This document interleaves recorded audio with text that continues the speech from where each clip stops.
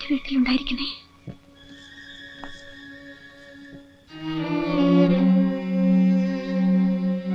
പെട്ടി വീട്ടിൽ കൊടുത്തിട്ടുണ്ടോ സാർ? പരമ നിന്റെ വീട്ടിൽ ചെന്നിട്ടില്ല, ആ നാട്ടിലേ ചെന്നിട്ടില്ല. എന്റെ ഭഗവാനെ, എന്തൊരു ചതിയാണിത്. ഭയമേ,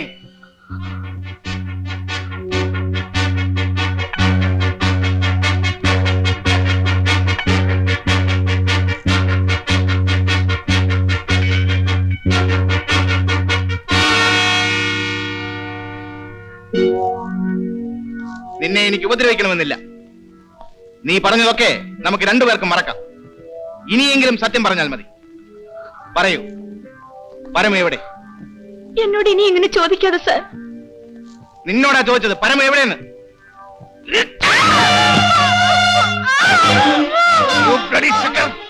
പറയടി, ആരുടെ കയ്യിലാ പരമ വെട്ടി കൊടുത്തത്? ജോണിയുടെ കയ്യിൽ. കാവിൽ ജോണിയോ? അതെ. അയാളും പരവുമായിട്ട് എന്ത് ബന്ധം? കൂട്ടുകാരനാണ്. പണക്കാരനായ ജോണി ആ തെണ്ടിയുടെ കൂട്ടുകാരനാണല്ലേ? നീ പറയുന്ന എന്ത് നുണയും ഞാൻ വിശ്വസിക്കും നീ വിചാരിച്ചു അല്ലേ?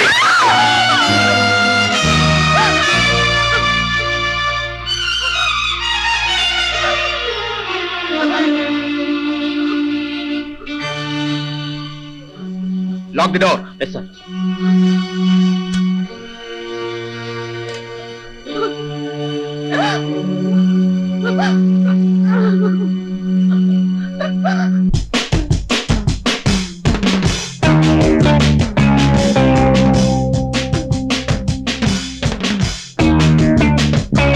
ഒരു കാരണവശാലും ഞാൻ വരുന്നവരെ അവൾ രക്ഷപ്പെടരുത്. ആഹാരം എന്തെങ്കിലും കൊടുത്തേക്ക്. അവൾ ചാവാൻ പാടില്ല. പരമ വന്നാൽ എന്ത് ചെയ്യണം സാർ? കൊല്ലരുത്, രക്ഷപ്പെടുകയായിരുന്നു. മനസ്സിലായോ? ശരി, ഓക്കെ സാർ. ഓക്കെ.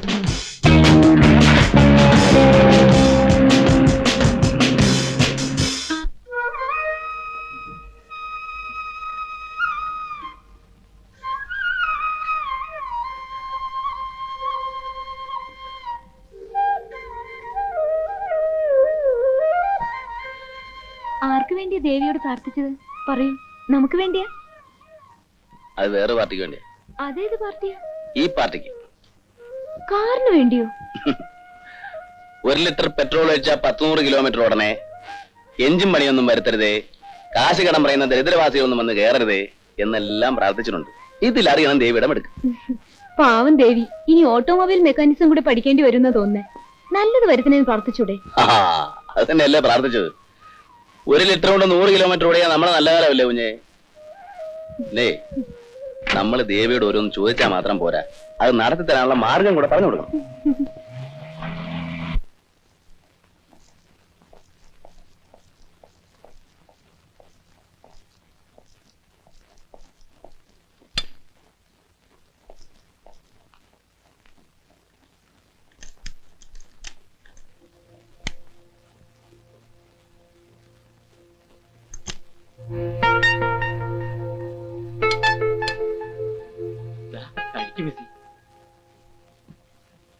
എന്റെ പൊന്നു മിസി, എന്നെ തട്ടിയിട്ടേ ചോടല്ലേ. മുമ്പിലും പുറവിലും തോക്കും കുറുടിയുമായിട്ട് 2 പേരുണ്ട്. തട്ടിക്കളയാൻ മടിക്കുന്നവരല്ല. ആ വാതിലടയ്ക്ക്. എന്നെ ഒന്നും ചെയ്യല്ലേ. താനൊരാണല്ലേടോ, ഞാൻ എന്ത് ചെയ്യാനാ? വാതിലടയ്ക്ക്.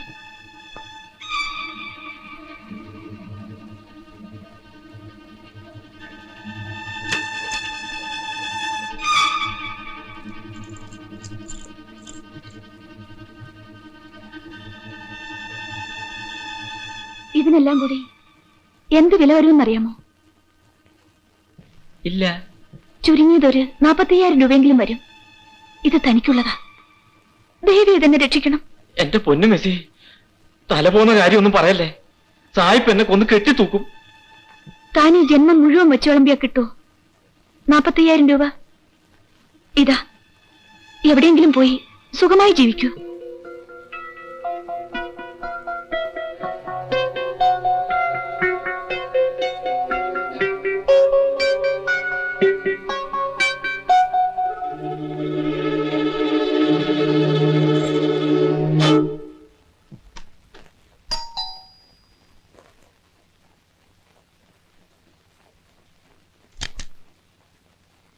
മുതലാളിയുടെ അകത്തുണ്ട്.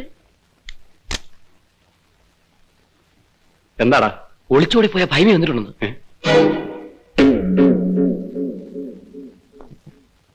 എവിടെ? അവളുടെ വീട്ടിൽ. എന്തോ അസുഖം കൊണ്ടാ വന്നിരിക്കുന്നത്. ബോധം വിട്ട് കിടക്കുക. നിന്നോട് ആരാ പറഞ്ഞത്? ഞാൻ അവളുടെ വീട്ടിൽ നിന്നാ വരുന്നത്. മുതലാളിയോട് അങ്ങോട്ട് ചെല്ലാൻ പറഞ്ഞു. നീ വെക്കോ, ഞാനങ്ങ് വന്നേക്കാം. വേണ്ട വേണ്ട, എണീക്കണ്ട, കിടന്നോളൂ. ഇപ്പൊ എങ്ങനെയുണ്ട്? കുറവുണ്ട്. ഞങ്ങളെല്ലാം അങ്ങ് പേടിപ്പിച്ചു കളഞ്ഞല്ലോ. അതെ അതെ, ഞാൻ വന്ന് കാണുമ്പോൾ ആകെ വല്ലാത്തൊരു നിലയിലായിരുന്നു. എല്ലാരും ഒന്ന് വെളിയിലേക്ക് ഇറങ്ങണം. എനിക്ക് ജോണിയോട് അല്പം സംസാരിക്കാനുണ്ട്. തന്നോടും കൂടിയാ പറഞ്ഞത്. ആ കഥ കടച്ചേക്കൂ.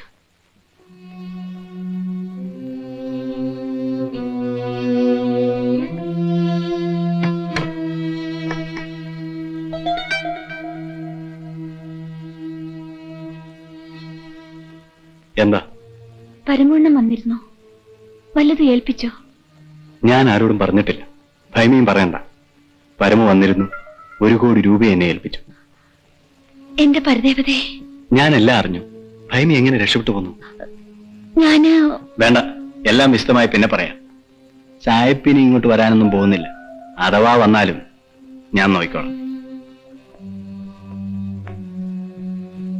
പരമുവിന്റെ കാര്യമാണല്ലോ ഒരു പിടിയും കിട്ടാത്തത്. ഭൈമി അറിഞ്ഞോ? ഉണ്ണിത്താന്റെ മകൾ ഗീതയും കൊണ്ടാവും കടന്നു കളഞ്ഞത്.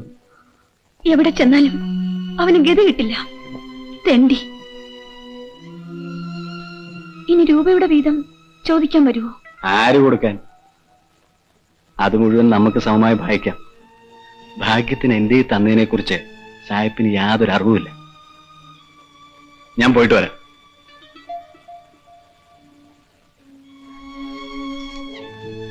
ഭൈമി ഏതായാലും 2-3 ദിവസത്തേക്ക് വിശ്രമിക്കും. ആരോടും അധികം സംസാരിക്കുകയും വേണ്ട.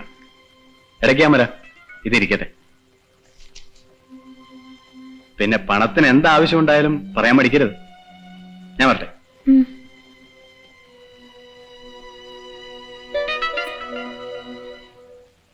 ഭൈമിയുടെ മുമ്പിൽ ഞാൻ വലിയൊരു കടക്കാരനാ. 50 ലക്ഷം രൂപയുടെ കടക്കാരൻ. ഞാൻ വരട്ടെ. അവിടെ നിന്നാണ് എനിക്ക് ആദ്യമായിട്ട് ഇത്രയും നല്ല സാധനം തരുന്നത്. ഞാൻ സാധാരണ ചാരായമാണ് കുടിക്കുന്നത്. ദേ ഇന്ന് മുതൽ ഞാൻ അവിടുത്തെ ദാസനാണ്. മെയിൻ റോഡിൽ ഞാൻ പണിയുന്ന ബിൽഡിങ്ങിന്റെ പീടിമുറികൾ സദാരാമൻ കണ്ടിട്ടുണ്ടോ? പിന്നെ ഇല്ലയോ, ഒരു വൈദ്യശാല തുടങ്ങിയാൽ കൊള്ളാമെന്നുണ്ട്. ഒരു മുറി എനിക്ക് വാടകയ്ക്ക് തന്നൂടെ? വാടകയ്ക്കല്ല, തന്റെ പേരിൽ ഞാൻ തീരെഴുത്തരും.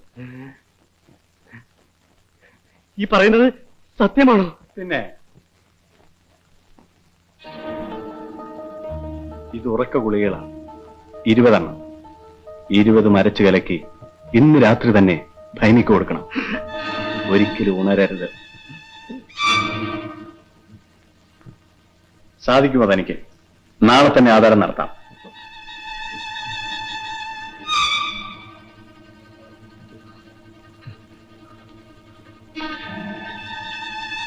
അവിടുത്തെ ഉറക്കുകളുടെ ബലസിദ്ധി എനിക്ക് നിശ്ചയമില്ല. ചിലപ്പോ 2 ദിവസം കിടന്നുറങ്ങിയിട്ട് ചാടി എണീറ്റ് പോവും. പക്ഷേങ്കിൽ കട്ടായമായി ഫലം ചെയ്യുന്ന ഒരു മരുന്ന് എന്റെ വീട്ടിലിരിപ്പുണ്ട്. അതിൽ ഇച്ചിരി അങ്ങോട്ട് കൊടുത്താൽ ഒരാന പോലും ചരിഞ്ഞു പോകും. ആ, അതൊക്കെ സദാരാമന്റെ ഇഷ്ടം. നാളെ നേരം വെളുക്കുമ്പോൾ ഭൈമിക്ക് ജീവൻ ഉണ്ടാകരുത്. കേസും പൊല്ലാപ്പൊന്നും ഇല്ലാതെ ഞാൻ നോക്കിക്കോ. ബ്രഹ്മാവിനാണോ ആയത്തിന് ഭയങ്കരം? എങ്കിൽ സമയം കളയണ്ട. വീട്ടിൽ ചെന്ന് മരുന്ന് എടുത്തുകൊണ്ട് നേരെ അങ്ങോട്ട് വയ്ക്കൂ. രാത്രി ഞാൻ അവിടെ എത്തിക്കോ.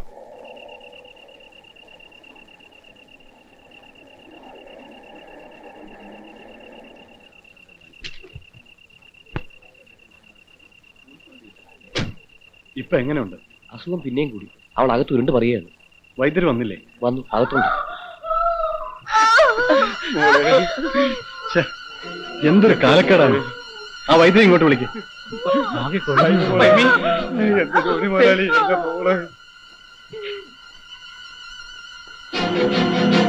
തനിക്കാകാമെങ്കിൽ ഏറ്റാ മതിയായിരുന്നല്ലോ. സത്യം പറ, ഭൈമിക്ക് എന്താ അസുഖം?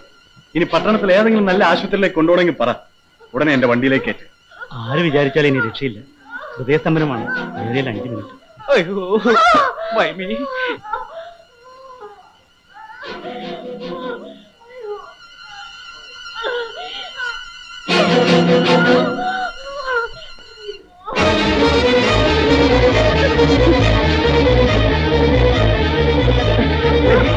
മൈമി,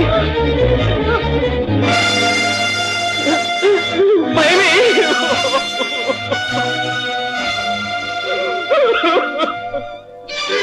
എന്റെ മൈമി.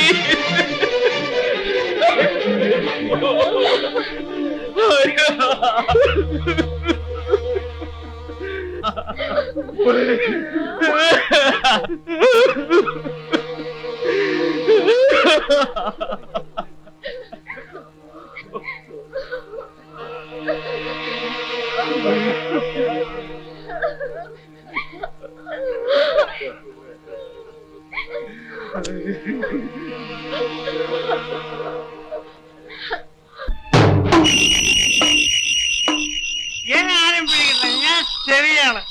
ജോണി മുതലാളി എന്റെ പുറകിലുള്ളപ്പോ എനിക്ക് എന്തോ പേടി. കാരണം എന്നാ, ജോണി മുതലാളിയാണ് എന്റെ പുറകെ വരുന്നത്. ആര് പറഞ്ഞിട്ടാ ഞാൻ ബൈമേക്ക് വന്നത്? ജോണി മുതലാളി പറഞ്ഞിട്ട്. എന്തിനാണ് മുതലാളി ബൈമേക്ക് വല്ലാൻ പറഞ്ഞു? അത് മാത്രം മുതലാളി എന്നോട് പറഞ്ഞില്ല. പക്ഷെ സാധാരണ ഇതെല്ലാം മനസ്സിലായി. എന്ന് വെച്ച് ഞാൻ ആരോടും അങ്ങനെ പറയത്തൊന്നുമില്ല. കണ്ട അണ്ടനും അറോടിനും വേണ്ടി ഒരു ക്രൂരകൃത്യവും ഈ സാധാരണ ചെയ്യില്ല. പക്ഷെ മുതലാളിക്ക് വേണ്ടി എല്ലാം ചെയ്യും. എല്ലാ മുതലാളിക്ക് വേണ്ടി ഞാൻ എത്ര നാൾ വേണമെങ്കിലും മദ്രാസിൽ ഒളിച്ച് താമസിക്കും. തിരിച്ചു വന്നിട്ട് വേണം എനിക്ക് എന്റെ സുഭദ്രയെ കല്യാണം കഴിക്കാൻ.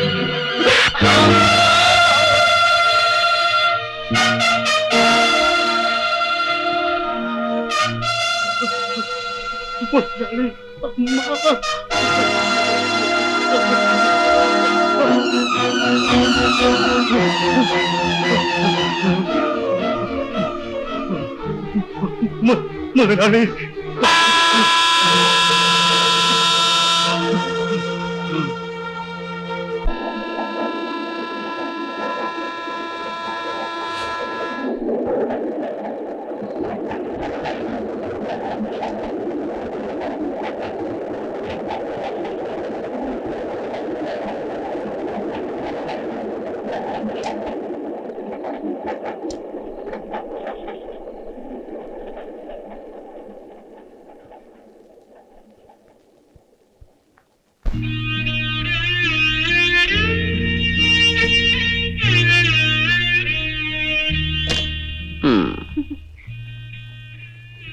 വല്ലതും വായിക്കണോ?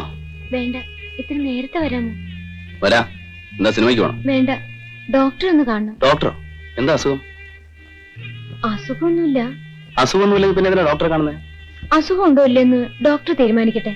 നേരത്തെ വരൂ. ചേടാ, അസുഖം ഉണ്ടോ ഇല്ലയെന്ന് തീരുമാനിക്കുന്നത് ഡോക്ടറാണ്. അതെന്താ അസുഖമാണ്?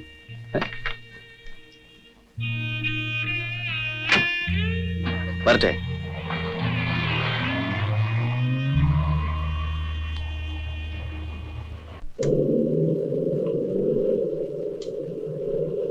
എന്റെ ദൈവമേ, ആരുമില്ല എന്നെ അടിച്ചുവിടാൻ. ആരും അടിച്ചുവിടൂല. അവിടെ കിടക്കാൻ എന്റെ എന്നെ ഇവിടെ നിന്ന് അഴിച്ചു വിട്ടാണ്ടല്ലോ. ഞാൻ ഒന്ന് ഫോൺ ചെയ്താൽ മതി. മന്ത്രി ലെവലിൽ വരെ നിന്റെ ആൾക്കാർ വന്ന് തന്റെ ആൾക്കാരെയൊക്കെ എനിക്കറിയാം. പിന്നെ പൊക്കും നോക്കിക്കോ. പിന്നെ ഒന്ന് ചുമ്മാ ഇരിക്കണോ? എടീ, നീ എന്നെ ആവശ്യത്തിന് വിളിച്ചിട്ട്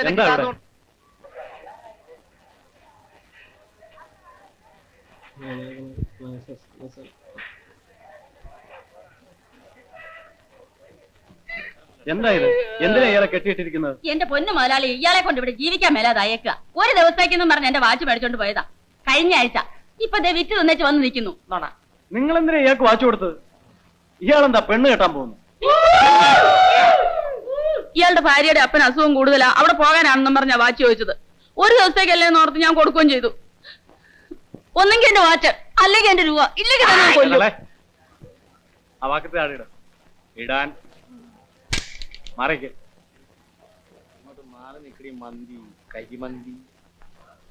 താൻ ആരുടെ കല്യാണം മുടക്കാനാ പോയത്? ഞാനൊരു കല്യാണം ആലോചിക്കാൻ പോയതാ. ആർക്കാ? ദാവത്ത് ദാവീദിന്. ഒരു ബന്ധു വീട്ടിൽ പോകാനാണെന്നും പറഞ്ഞ് അവനാ എന്റെ നിന്ന് വാച്ച് വാങ്ങിച്ചോണ്ട് പോയത്. ഇതൊക്കെ താൻ ഇവരോട് പറഞ്ഞാൽ മതി. സത്യം പറ, താൻ ഏത് ഷാപ്പിലാണ് പണയം വെച്ചത്? എന്റെ സ്വഭാവം തനിക്കറിയാമല്ലോ. എന്റെ പൊന്നു കുഞ്ഞേ, ഞാൻ പറഞ്ഞ സത്യമാ. കൈ കാശില്ലാഞ്ഞിട്ട് 10-30 മൈൽ നടന്ന് തല കറങ്ങി വീണപ്പോ ആ പരമുവാ എന്നെ വീട്ടിൽ കൊണ്ടുപോയി ചോറ് തന്നത്. പിന്നെ അവൻ വണ്ടിക്കൂലി തന്നു. അങ്ങനെയാ ഞാൻ ഇവിടെ വന്നത്. ഏതായാലും പോട്ടെ. ഇനിയിപ്പോ ഇയാളെ തല്ലിയിട്ട് എന്താ കാര്യം? വെറുതെ മഹാഭാവം വലിച്ചു വെക്കുന്ന എന്തിനാ? അഴിച്ചുവിട്ടേക്ക്. വാച്ചിന്റെ പൈസ ഞാൻ തരാം.